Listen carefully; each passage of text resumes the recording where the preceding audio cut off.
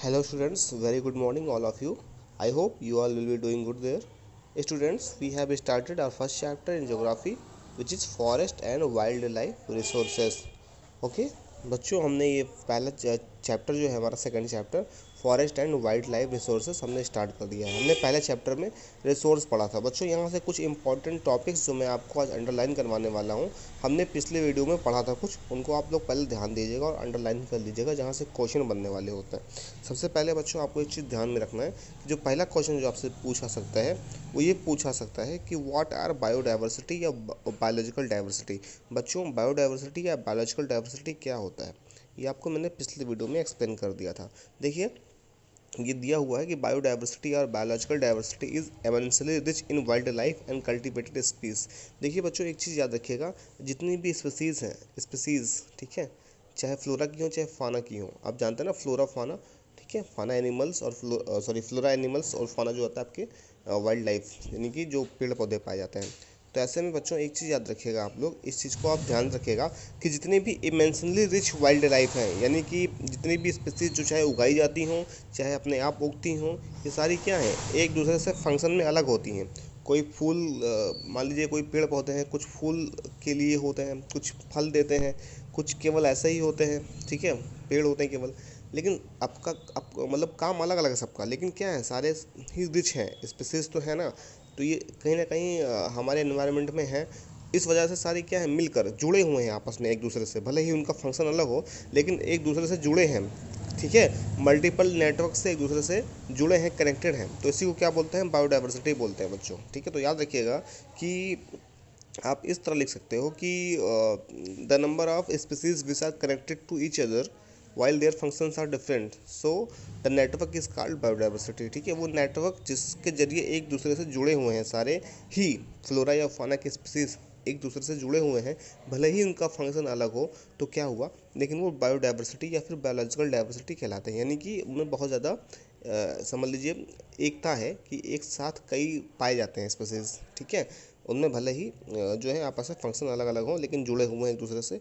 और बच्चों एक और चीज़ इंपॉर्टेंट देखिए, यहाँ पे आप इसको पढ़ेंगे, आपसे पूछ सकता है कि अगर अपने आसपास आप देखते हैं बच्चों, तो आपको क्या दिखाई पड़ेगा, इंडिया जो है काफ़ी रिच कंट्री है। किस मामले में, पैसे के मामले में नहीं।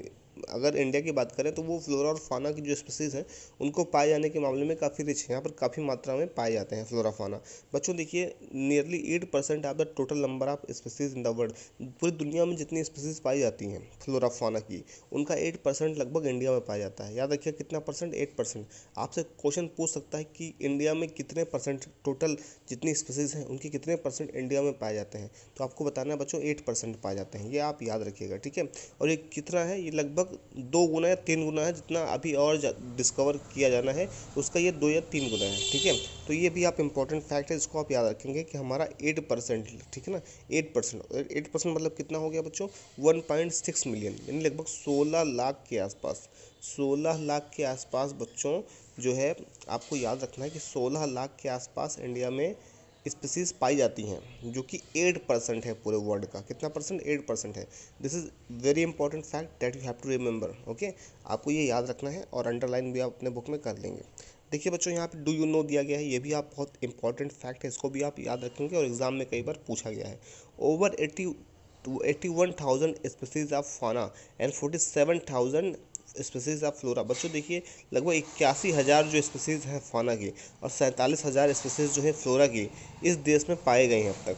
बहुत इंपॉर्टेंट है बच्चों, क्वेश्चन कई बार पूछा गया है कि कितनी स्पीसीज फाना की और कितनी स्पीसीज फ्लोरा की अभी तक इंडिया में पाई गई हैं, ठीक है। तो आप याद रखिएगा, देखिए एस्टिमेट निकाला जाए, हिसाब निकाला जाए तो 47,000 प्लांट स्पीसीज हैं, ठीक है, और जिसमें से 15,000 क्या हैं, फ्लॉरिंग स्पीसीज़ हैं, जो कि केवल इंडिया में पाई जाती हैं, जो कि केवल इंडिया में पाई जाती हैं। ऐसे 15,000 फ्लॉरिंग स्पीसीज़, 15,000 केवल फूल वाली प्रजातियाँ जो केवल और केवल इंडिया से या फिर एंडेमिक है, यानी जो सिर्फ हमारे देश में पाई जाती हैं। ये क्वेश्चन इंपॉर्टेंट बन सकता है, यहाँ से आपसे पूछ सकता है how many species of flora and fauna have been found in India so far, कितनी स्पीसीज पाई गई हैं भारत में अभी तक। तो अब याद रखिएगा 81,000 स्पीसीज़ फाना की, 47,000 स्पीसीज़ फ्लोरा की, जिनमें से 47,000 प्लांट स्पीसीज़ पाए गए हैं। उनमें से भी 15,000 ऐसे हैं बच्चों जो केवल इंडिया में पाए जाते हैं। ये याद रखिएगा आप लोग, ये इंपॉर्टेंट फैक्टर है। देखिए बच्चों, अगला फैक्ट आपको क्या याद रखना है, some estimate suggest that at least 10% of India's recorded wild flora and 20% of its mammal are under threaten list. आपसे अगर क्वेश्चन पूछ सकता है कि फ्लोरा और फाना की कितने परसेंट स्पीसीज जो है वो खतरे में है, तो बच्चों याद रखिएगा, देखिए 10% इंडिया की वाइल्ड फ्लोरा जो है, ठीक है, 10% जो है फ्लोरा, जंगली जो फ्लोरा है वो 10% खतरे में है, और 20% मैमल हमारा खतरे में है, ठीक है। यानी लगभग जो 10% आपका फ्लोरा है, जो पेड़ पौधे हैं वो खतरे में है, और 20% जो हमारा फाना है, मैमल्स हैं, वो खतरे में है, ठीक है। तो इनको क्रिटिकल बोल दिया गया है, यानी ये बहुत ज़्यादा खतरा है, यानी ख़त्म हो सकते हैं। इनमें से एग्जाम्पल भी आपसे पूछ ले बच्चों, अगर मान लीजिए कभी कि कितने परसेंट थ्रेटन्ड लिस्ट में है, और इनका एग्जाम्पल दीजिए कुछ कौन कौन से हैं। तो देखिए यहाँ पर एग्जाम्पल पे आपको मैंने उस दिन दिखाया था, चीता है, पिंक हेडेड डक है, माउंटेन क्वेल है, फॉरेस्ट स्पॉटेड ऑलेट है, ठीक है। और अगर मैं प्लांट की बात करूँ तो मधुचा यूरिंगिस, ये क्या है बच्चों, एक महुआ का पेड़ है जिससे लिवर वगैरह बना जाता है। ये सारे क्या है, थ्रेटेंड लिस्ट में है। तो ये क्वेश्चन आपसे पूछ सकता है बच्चों, इंपॉर्टेंट है, इसको आप अंडरलाइन कर लेंगे, मैं लिखवा दूंगा नोट्स में, लेकिन फिर भी आप अंडरलाइन कर लीजिए कि कौन से ऐसे मतलब स्पीसीज़ हैं इंडिया में, ठीक है, जो थ्रेटेंड लिस्ट में हैं। तो आप याद रखेंगे 10% हमारा वाइल्ड फ्लोरा और 20% मैमल्स है जो कि थ्रेटन लिस्ट में है। एग्जाम्पल के तौर पर आप यहाँ पे दिया गया है, उनको देख लेंगे और गूगल पे सर्च कर लेंगे, आपको इससे मालूम भी चल जाएगा कौन कौन से एनिमल हैं। देखिए बच्चों, उसके अलावा आप और क्या इंपॉर्टेंट है, देखिए ये इंपॉर्टेंट फैक्ट फिर से दिया गया है डू यू नो में।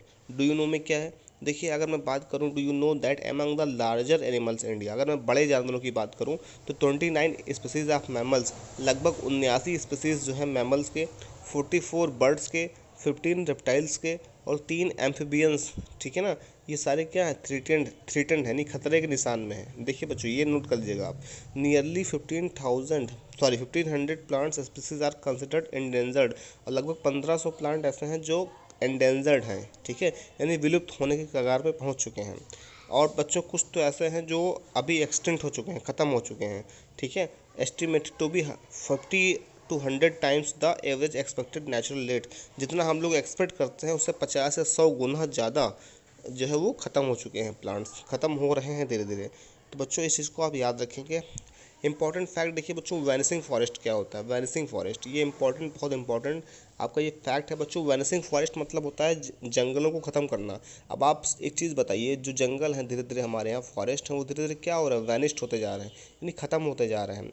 अब देखिए जो डायमेंशन है हमारे यहाँ डिफॉरेस्टेशन का, यानी जो फॉरेस्ट खत्म होता जा रहा है, बहुत तेज़ी से पनप रहा है बच्चों, बहुत तेज़ी से डिफॉरेस्टेशन हमारे यहाँ हो रहा है। The forest and tree cover in the country is estimated at 7892 million hectare.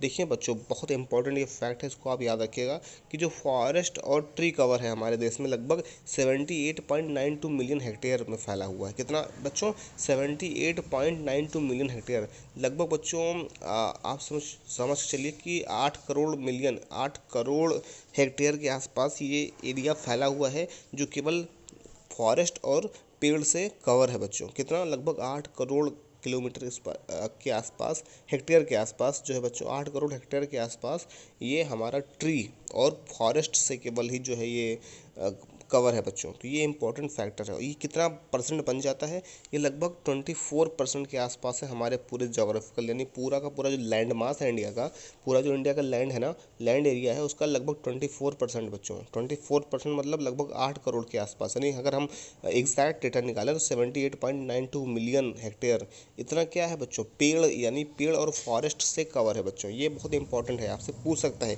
कि लैंड मास का कितना परसेंट एरिया कवर करता है, तो आप बताएंगे 24.01% एरिया कवर करता है पूरे लैंड मास का, जो कि लगभग कितना है, 78.92 मिलियन हेक्टेयर है।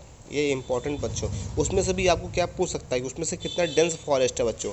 डेंस फॉरेस्ट क्या होता है, घना जंगल, जहाँ पे पेड़ बगल बगल बगल बगल बिल्कुल आसपास पेड़ होते हैं ना, बिल्कुल डेंस्ड होता है, घना होता है। ऐसे कितने हैं, तो ऐसे लगभग 12.2% है, ठीक है ना। लगभग घने वाले जो जंगल होते हैं वो कितने हैं बच्चों, 12.2 4% है। अगर ओपन फॉरेस्ट की बात करें, ओपन फॉरेस्ट क्या होता है, ऐसे जहाँ पर पेड़ दूर दूर होते हैं, ठीक है, बीच में जगह होती है जाने आने के लिए, उतना घना जंगल नहीं होता, तो वो कितने हैं, वो लगभग 8.99% है। और बच्चों अगर मैंग्रोव की बात करें, मैंग्रोव क्या होता है बच्चों, मैंग्रोव आप देखिए, मैंग्रोव जो होता है स्टूडेंट्स, ये कोस्टल एरियाज़ में पाए जाते हैं, ठीक है। अगर मैं इंडिया की बात करूँ, ठीक है, देखो इंडिया की बात करें, कोस्टल एरियाज़ है, ठीक है बच्चों। ये देखो, ये इंडिया है हमारा, मान लीजिए, तो ये कोस्टल एरिया, जी देखिए, तमिलनाडु का इलाका, ये केरला का इलाका, ठीक है, इधर बंगाल या भुवनेश्वर का इलाका जो होता है, ऐसे में मैंग्रोव्स पाए जाते हैं। मैंग्रोव्स क्या होते हैं, बिल्कुल मैं आपको फिगर दिखाने की कोशिश करता हूँ, आप समझ जाएंगे। ये देखिए स्टूडेंट्स, ये है मैंग्रोव।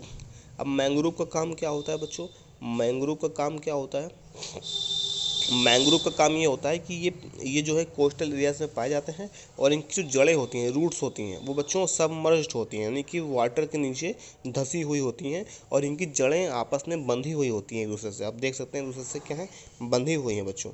ये देखिए यहाँ पे आप देख सकते हैं, केरला वगैरह में बहुत पाए जाते हैं, उड़ीसा वगैरह में, बंगाल में, केरला में, तमिलनाडु में ये पाए जाते हैं। ये एक दूसरे से इनकी जड़ें आपस में बंधी हुई होती हैं, और ये बहुत इंपॉर्टेंट होते हैं हमारे एनवायरनमेंट के लिए। और साथ में ये क्या होता है, कोस्टल एरियाज़ में पाई जाती हैं, और ये सबमर्ज्ड यानी वाटर के अंदर इनकी रूटें फैली हुई होती हैं, ठीक है बच्चों। तो आई होप कि आपको ये समझ में आ गया मैंग्रोव क्या होता है। अब स्टूडेंट्स, आप एक चीज़ देखिए, आपने पढ़ लिया कि कितना कितना परसेंटेज क्या क्या है बच्चों। बहुत इंपॉर्टेंट फैक्ट सारे याद रखिएगा कि कितने कितने परसेंटेज में क्या क्या है, और कितना मिलियन कवर करता है एरिया। ये अक्सर एग्जाम में पूछा जाता है, तो इसलिए ये इंपॉर्टेंट है कि आप इसको याद रखें, ठीक है। अब एक चीज़ देखिए बच्चों, आपने देखा कि जो डेंस फॉरेस्ट हमारा टोटल कितना कवर करता है, लगभग 24% कवर करता है, जिसमें से डेंस फॉरेस्ट कितना है, 12.24 है। ओपन फॉरेस्ट कितना है, 8.99% है। और अगर मैंग्रोव की बात करें, जो मैंने आपको दिखा दिया, वो 0.14% है, ठीक है। और ये कब तक की रिपोर्ट है बच्चों, 2000, अगर मैं देखिए according to state of forest report, एक रिपोर्ट आई थी बच्चों, फॉरेस्ट रिपोर्ट 2013 में, द डेंस फॉरेस्ट। अब जो डेंस फॉरेस्ट है हमारा, जो जंगल, घना जंगल है, वो बढ़ा है बच्चों, ठीक है, वो इंक्रीज़ हुआ है। हाँ, इंक्रीज़ हुआ है। कितना इंक्रीज़ हुआ है, देखिए ये भी इंपॉर्टेंट है कि आपसे पूछेगा कि according to the state of forest report what is the percent of area which has been increased, ठीक है, ऑफ डेंस फॉरेस्ट। तो आप बताएंगे कितना एरिया इंक्रीज़ हुआ है, 10,098, ठीक है, 10,098 स्क्वायर किलोमीटर एरिया जो है बढ़ा है डेंस फॉरेस्ट का। डेंस फॉरेस्ट लगभग 10,000 स्क्वायर किलोमीटर बढ़ाया गया है बच्चों, ठीक है, बढ़ा है। लेकिन चिंता की बात यह है कि बढ़ा है, लेकिन फिर अभी हम क्यों कह रहे हैं कि हमारा फॉरेस्ट कम हो रहा है। रीज़न बच्चों ये है कि ये अपने आप नहीं बढ़े हैं, ठीक है, ये अपने आप नहीं बढ़े हैं। ये जो बढ़ा है बच्चों, इनको प्लांटेशन करके बढ़ाया गया है, अलग अलग कंपनियों ने, एजेंसियों ने इनको बढ़ाया है प्लांटेशन कर करके, ठीक है। तो ये चिंता का विषय है। अगर अपने आप स्पीसीज ग्रो हो रही हैं, नेचुरली ग्रो हो रही हैं, तब तो अच्छी बात है, लेकिन उनको बढ़ाया जाए, मतलब ऑक्सीजन तो मिल रहा है हमको, हमारे लिए फ़ायदा ही है। बट क्या हुआ है कि उनको एजेंसियों ने उनको प्लांटेशन किया है, उनको प्लांट लगा लगा के अपने काम के लिए, अपने मतलब के लिए प्लांटेशन किया, जिससे वो मतलब हुआ, तो प्लांट तो उगे हैं, बट प्रॉब्लम ये हुई है कि नेचुरली नहीं ग्रो हुए हैं। इस वजह से ये चिंता का विषय है, जो हमारे जो फॉरेस्ट हैं वो ख़त्म होते जा रहे हैं बच्चों। इसके अलावा हमने और भी क्या चीज़ें पढ़ी थी, देखिए बच्चों, बहुत इंपॉर्टेंट है IUCN। ये क्या होता है, ये कई बार फुल फॉर्म पूछा गया है बच्चों, इसको आप याद रखेंगे, international union for conservation of nature and natural resources, इसको बोलते हैं IUCN। ये क्या करता है बच्चों, ये हमेशा क्या करता है, ये क्लासिफिकेशन करता है कितने कितने स्पीसीज़ बची हुई हैं अभी। हमने क्या क्या पढ़ा था पिछले वीडियो में, नॉर्मल स्पीसीज़ के बारे में पढ़ा था, इंडेंजर्ड स्पीसीज़ के बारे में पढ़ा था, और वनरेबल स्पीसीज़ के बारे में पढ़ा था, रेयर स्पीसीज़ के बारे में पढ़ा था बच्चों। इनकी डेफिनेशन के साथ साथ इनके एग्जाम्पल भी आप लोग लर्न कर लेंगे कि क्या क्या होता है और कितने कितने बचे हुए हैं, ये इंपॉर्टेंट है, और इनका एग्जाम्पल बहुत इंपॉर्टेंट है बच्चों, ठीक है। जैसे नॉर्मल स्पीसीज़ की बात करें, यानी कि ऐसे स्पीसीज़ जो अभी बहुत ज़्यादा है, क्वांटिटी में बहुत ज़्यादा है, इनकी कोई कमी नहीं होने वाली है, कई सालों तक कमी होगी ही नहीं, बहुत हैं ये लोग, ठीक है। तो कैटल हो गए, पाइन हो गया, रोडेंट्स हो गए, ये सारे बहुत ज़्यादा हैं, जो मतलब बहुत ही ज़्यादा पाए जाते हैं, इनकी कमी नहीं होने वाली है। एंडेंजर्ड स्पीसीज़ की बात करें बच्चों, तो ऐसे जो खतरे के निशान में हैं, जो डेंजर हैं, यानी कि जिनका एक्सटेंशन होने वाला है आने वाले टाइम में, तो ये क्या हो जाएंगे बच्चों, एंडेंजर्ड हो जाते हैं। इनका भी आप देखिए बहुत सारे एग्जांपल आपको यहाँ पे हैं, blackbuck, crocodile, Indian wild ass, Indian rhino, lion tailed macaque, sangai, ये सारे क्या हैं, एंडेंजर्ड हैं। तो ये मैंने आपको पिछले वीडियो में बता दिया था, आप इनके एग्जाम्पल और डेफिनेशन लर्न कर लीजिएगा, बहुत इंपॉर्टेंट है बच्चों, सारे के सारे ये फैक्ट इंपॉर्टेंट है। चलिए बच्चों, हम कुछ और चीज़ें देखते हैं, ध्यान में लाते हैं कि क्या क्या आपका इंपॉर्टेंट फैक्ट बन सकता है। बच्चों, हमने एशियाटिक चीता के बारे में पढ़ा था, यहाँ से क्या इंपॉर्टेंट फैक्ट है, क्वेश्चन बन सकता है बच्चों। देखिए, वर्ल्ड्स फास्टेस्ट जो हमारा लैंड मैमल है, हमारे अगर मैं बात करूँ पृथ्वी पर सबसे तेज दौड़ने वाला एनिमल कौन सा है, तो वो एशियाटिक चीता ही है हमारा बच्चों, हमारा एशिया में पाया जाने वाला चीता ही है। ठीक है, इसकी स्पीड पूछी जा सकती है आपसे, तो 112 किलोमीटर आवर होती है, 112 किलोमीटर प्रति घंटे की रफ्तार से ये दौड़ सकता है। ठीक है, तो इस चीज़ को आप याद रखिएगा, इससे ज़्यादा क्वेश्चन नहीं पूछा सकता।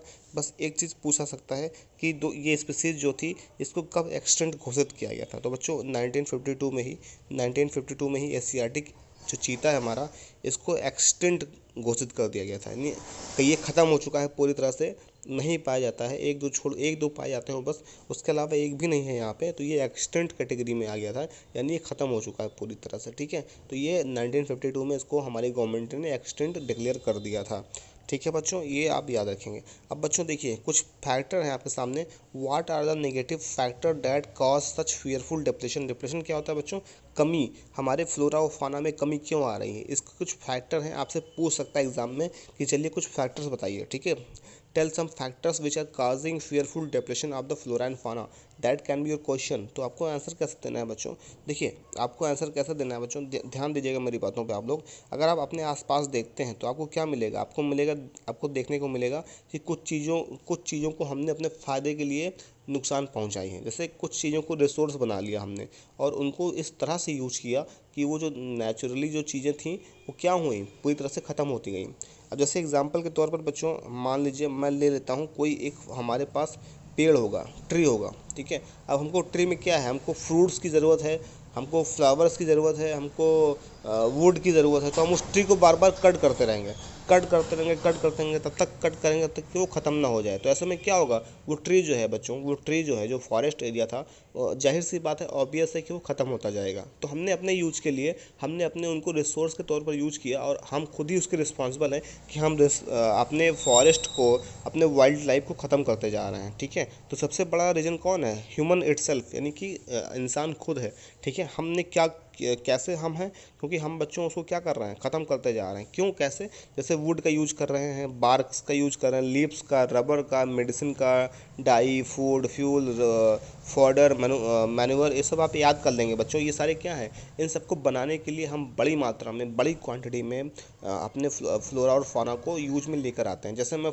बात करूं बच्चों, तो आप देखिए फ्लोरा में तो आप वुड वगैरह हो गया, लीव्स हो गया, फ्रूट्स हो गया, ये फ्लावर्स हो गया, इन सब के यूज के लिए हम लोग ख़त्म करते जा रहे हैं ट्रीज़ वगैरह को। ठीक है, लेकिन अगर मैं फाना की बात करूँ तो देखिए बहुत सारे ऐसे फानाज होते हैं जिनको हम मारते हैं, उनको किल कर देते हैं। ठीक है ना बच्चों, इंडेंजर्ड स्पीसीज क्यों हो रहे हैं, क्योंकि हम उनको मार देते हैं अपने यूज के लिए। जैसे कुछ लोग क्या करते हैं बच्चों, किसी के, मान लीजिए कोई एनिमल है, जिसके एनिमल के ऐसा होता है कि उसकी स्किन से कुछ फ़ायदा मिल रहा है, तो उसको मार दिया जाता है और उसकी स्किन जो है लाखों करोड़ों रुपए में बेच दी जाती है। तो ऐसे में क्या होगा, जाहिर सी बात है वो मरेगा, तो वो भाई उसकी क्वांटिटी कम हो जाएगी, तो वो एंडेंजर्ड हो जाएगा। यानी कि रीज़न ये है कि हम ही लोग सबसे बड़े कारण हैं, नेगेटिव फैक्टर्स हैं। ठीक है, जो हम कम करते जा रहे हैं अपने ही वाइल्ड लाइफ को और अपने ही फॉरेस्ट को। उसके अलावा क्या रीज़न हो सकता है बच्चों, देखिए उसके अलावा अगर आपसे कोई रीज़न पूछे कि क्या हो सकता है, तो देखिए मैं आपको डायरेक्ट बताता हूँ। देखिए रेलवेज़ हो गया, एग्रीकल्चर हो गया, कॉमर्शियल साइंटिफिक फॉरेस्ट्री हो गई, माइनिंग एक्टिविटीज़ हो गई, ये सारी चीज़ें क्या हैं, बड़ा फैक्टर है। रेलवे बड़ा फैक्टर है बच्चों, कैसे है, देखिए रेलवे में लाइन बिछाने के लिए, रेलवे आप प्लेटफॉर्म्स बनाने के लिए पेड़ों को कट कर दिया जाता है, बच्चों। ठीक है, आप जानते हैं। उसके अलावा वहाँ पे अगर पेड़ कट कर दिए गए, ट्रीज़ कट कर दिए गए बच्चों, तो हम फॉरेस्ट को भी कट कर रहे हैं। तो देखिए दो नुकसान कर रहे हैं, एक तो हम फ्लोरा को भी नुकसान पहुंचा रहे हैं और फाना को भी नुकसान पहुंचाते हैं, क्योंकि वहाँ पे रहने वाले एनिमल्स भी सर्वाइव नहीं कर पाते, मर जाते हैं। तो ऐसे में कहीं ना कहीं रेलवे जो है एक बड़ा फैक्टर है। उसके अलावा एग्रीकल्चर की बात करें बच्चों, तो हाँ ऑब्वियस है ये भी एक बड़ा फैक्टर है, क्योंकि एग्रीकल्चर यानी खेती करने के लिए भी हम फॉरेस्ट को तोड़ देते हैं, ख़त्म कर देते हैं। एक फ्लैट एरिया हमको चाहिए होता है, उसको पाने के लिए हम लोग क्या करते हैं, एग्रीकल्चर करने के लिए हम लोग क्या करते हैं, फ्लोरा और फाना को मार देते हैं। ठीक है, डिस्ट्रॉय कर देते हैं। कॉमर्शियल और साइंटिफिक फॉरेस्ट्री और माइनिंग एक्टिविटीज़। देखिए बच्चों, बिल्डिंग हो गई, बड़ी बड़ी रोड कंस्ट्रक्शन हो गया, उसके अलावा हम एजेंसीज को सेटअप कर रहे होते हैं, ठीक है। तो इन सब चीज़ों की वजह से क्या होता है, हम लोग भी फॉरेस्ट को डिस्ट्रॉय कर रहे हैं। तो ये सारे फैक्टर आप याद कर लेंगे बच्चों। देखिए, आपसे पूछे what are the factors behind depletion of flora and fauna, तो यू कैन राइट कि ह्यूमन, ठीक है, ह्यूमन रिसोर्सेज जो हम खुद फिलअप कर रहे हैं, उसके अलावा रेलवेज हो गया बच्चों, एग्रीकल्चर हो गया, कॉमर्शियल, साइंटिफिक, फॉरेस्ट्री, उसके अलावा माइनिंग एक्टिविटीज़, खुदाई कर रहे होते हैं बच्चों। खुदाई करना भी एक बहुत खतरनाक चीज़ है।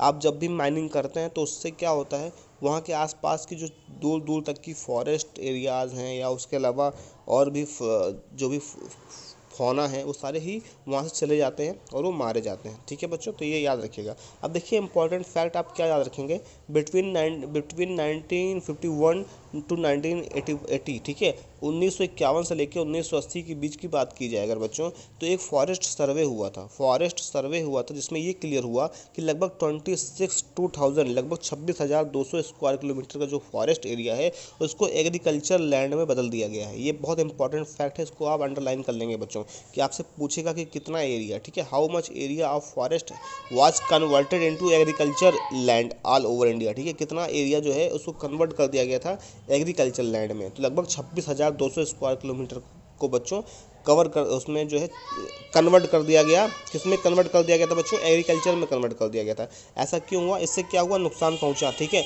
इससे जो नेचुरल जो फॉरेस्ट थे वो नुकसान पहुंच गए, ठीक है ना। तो इस चीज़ को आप याद रखेंगे, ये याद रखेंगे। इसके अलावा बच्चों आप देखिए यहाँ पे कुछ अलग प्रकार के जो कल्टीवेशन, जैसे कि झूम हो गया, ठीक है, झूम जानते हैं क्या होता है, स्लैश एंड बर्न, फसल करने के लिए उनमें वो झूम खेती वगैरह करने के लिए क्या किया गया, एग्रीकल्चर करने के लिए, खेती करने के लिए बहुत बड़ी मात्रा में कल्टीवेशन के लिए जो नेचुरल जो मतलब हमारे नेचुरल जो भी वाइल्ड लाइफ है या फॉरेस्ट है उनको डिस्ट्रॉय कर दिया गया, ठीक है, उनको ख़त्म कर दिया गया। तो ऐसे में डिप्रेशन यानी कि कमी जो होती है, डिस्ट्रक्शन हुआ है, क्यों हुआ है, उसके पीछे ये सारे फैक्टर हैं बच्चों, ठीक है। स्टूडेंट्स, हम आगे पढ़ेंगे कि क्या जो कॉलोनियल फॉरेस्ट हैं, ठीक है, जो हमारे कॉलोनी में जो फॉरेस्ट पॉलिसीज़ अपनाई गई हैं, क्या वो भी एक रीज़न है हमारे डिप्रेशन का, इसको हम नेक्स्ट वीडियो में समझेंगे और भी कई चीज़ें समझेंगे। आज आपको जितने भी फैक्टर मैंने बताए हैं उनको आपको नोट्स बना लेने हैं और वो नोट्स आपको भेजने हैं। ये आपका होमवर्क क्या है, इन सारे नोट्स को कम से कम 20 से 30 मैंने आपको फैक्ट्स बताए हैं, इनको आपको नोट्स बना के मेरे पास सेंड करना है। पहले मुझे दिखाना है कि हाँ सर मैंने ये नोट्स बना लिए हैं, ठीक है। ये होमवर्क होगा आपका बच्चों, ये होमवर्क होगा। ये सारे फैक्ट ही हैं जो 1 या 2 नंबर में पूछे जा सकते हैं बच्चों। मैंने आपको इंपॉर्टेंटली बता दिए हैं एक एक चीज़ें अंडरलाइन करके। ये आप समझ के लर्न करके आप नोट्स बना के मुझे भेजेंगे, ये आपका होमवर्क है। आगे की नेक्स्ट वीडियो में मैं आपको आगे बताऊँगा कि क्या क्या आपको नोट्स बनाना है, कैसे आपको पढ़ना है, ठीक है। अगर कोई डाउट है बच्चों, कुछ पूछना है तो आप लोग मुझे व्हाट्सएप पे मैसेज कर सकते हैं या फिर मुझे कॉल करके भी बता सकते हैं, मैं आपको समझा दूंगा, ठीक है। तो that is all for today students, have a good day ahead, thank you so much.